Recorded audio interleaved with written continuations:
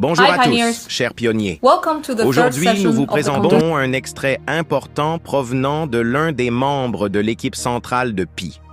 Cette intervention met en lumière les mises à jour, les plans et la vision de la plateforme Pi Apps, ainsi que le rôle des applications dans le développement de l'écosystème Pi.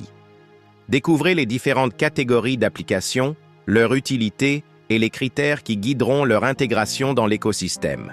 Mais avant d'entrer dans le vif du sujet, j'aimerais vous présenter Redot-Pay, une plateforme révolutionnaire pour tous les entrepreneurs et investisseurs en crypto-monnaie.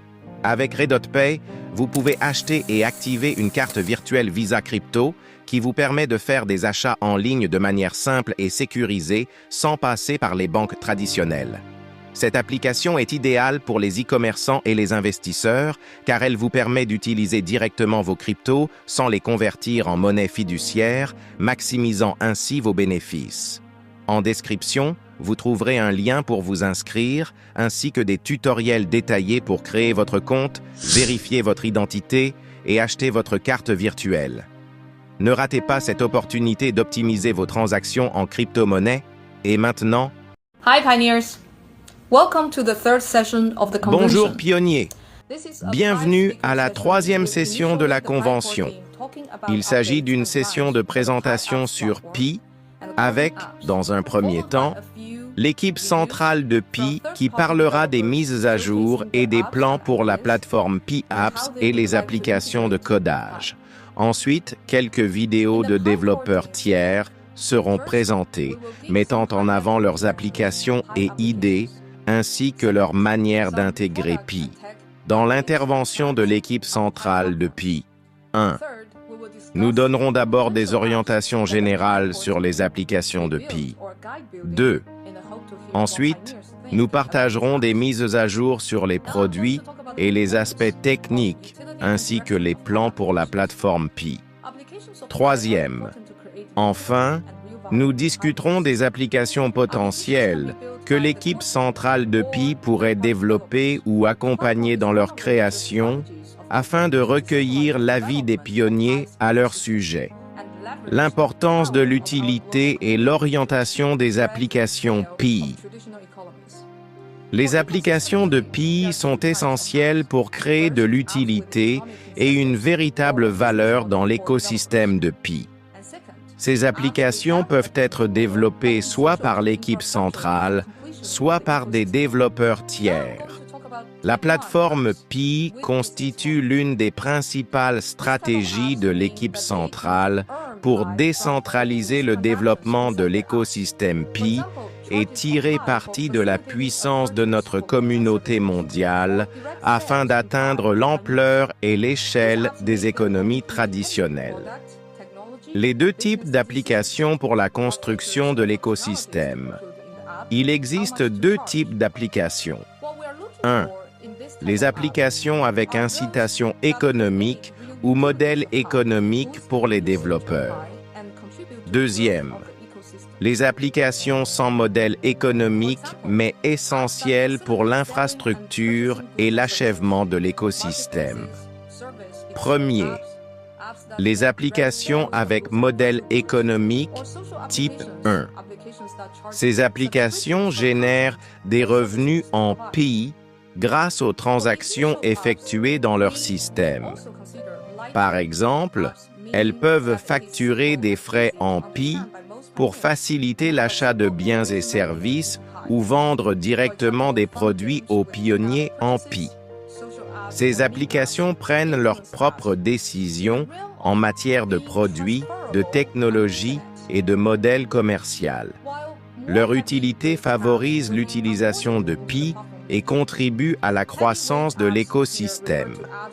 Exemple, les places de marché et applications facilitant l'achat, vente de biens et services. Les applications d'échange de services. Les applications de vente directe de biens physiques ou virtuels. Les applications sociales et plateformes qui facturent un abonnement pour leurs services ou contenus. Les premières applications développées seront des applications légères, c'est-à-dire simples et faciles à comprendre, par la majorité des pionniers, avec un mécanisme d'intégration simplifié dans Pi. Exemple d'application légère. Jeux amusants avec achats intégrés. Applications sociales ou de mèmes. Applications d'influence et de contenu viral. Les applications plus complexes, qui nécessitent une logistique physique, gestion des stocks, chaîne d'approvisionnement, etc., seront introduites plus tard. Cette approche progressive permet de tester et d'améliorer les processus en ligne avant d'intégrer des aspects plus complexes liés au monde physique. 2. Les applications d'écosystème. Type 2. Ces applications n'ont pas de modèle économique, mais elles sont essentielles pour l'infrastructure de l'écosystème Pi. Leur but est de combler des lacunes, de faciliter la croissance de l'écosystème et d'apporter un bénéfice commun au réseau.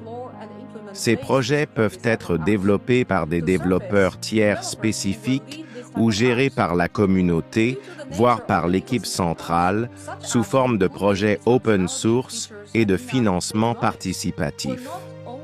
Étant donné leur importance pour l'écosystème, leur développement ne repose pas uniquement sur un développeur individuel. L'équipe centrale de Pi et la communauté guideront leur conception pour s'assurer qu'elles répondent aux besoins de l'écosystème et aux intérêts de la communauté. Le rôle de l'équipe centrale dans ces applications. Le rôle de l'équipe centrale de Pi varie selon le type d'application. Pour les applications avec modèle économique, type 1, l'équipe centrale fournit la plateforme et le support technique SDK API et évalue si une application peut être listée sur la plateforme Pi. Elle s'assure aussi qu'elle respecte les politiques de Pi et les intérêts de l'écosystème. Pour les applications d'écosystème, type 2. En plus du support technique, l'équipe centrale joue un rôle de conseil, définit des mécanismes et des politiques pour encourager le développement de ces applications et mobilise la communauté si nécessaire. Les applications à éviter. Dans les deux types d'applications, certaines pratiques sont interdites. Nous devons éviter les applications frauduleuses qui cherchent à contourner le système. Les applications non conformes aux lois et aux politiques de Pi. Les faux marchés qui ne facilitent pas réellement l'échange de biens et services, mais servent à escroquer les pionniers ou collecter leurs données. Les plateformes spéculatives destinées à échanger du Pi contre des monnaies fiduciaires ou d'autres crypto-monnaies de manière non autorisée. Les applications de jeux d'argent et les casinos en ligne qui peuvent poser des problèmes réglementaires dans certaines régions. Toutes les applications doivent passer par un processus d'évaluation avant d'être acceptées sur la plateforme Pi. Merci pour votre attention et continuons ensemble à construire un écosystème Pi solide et utile.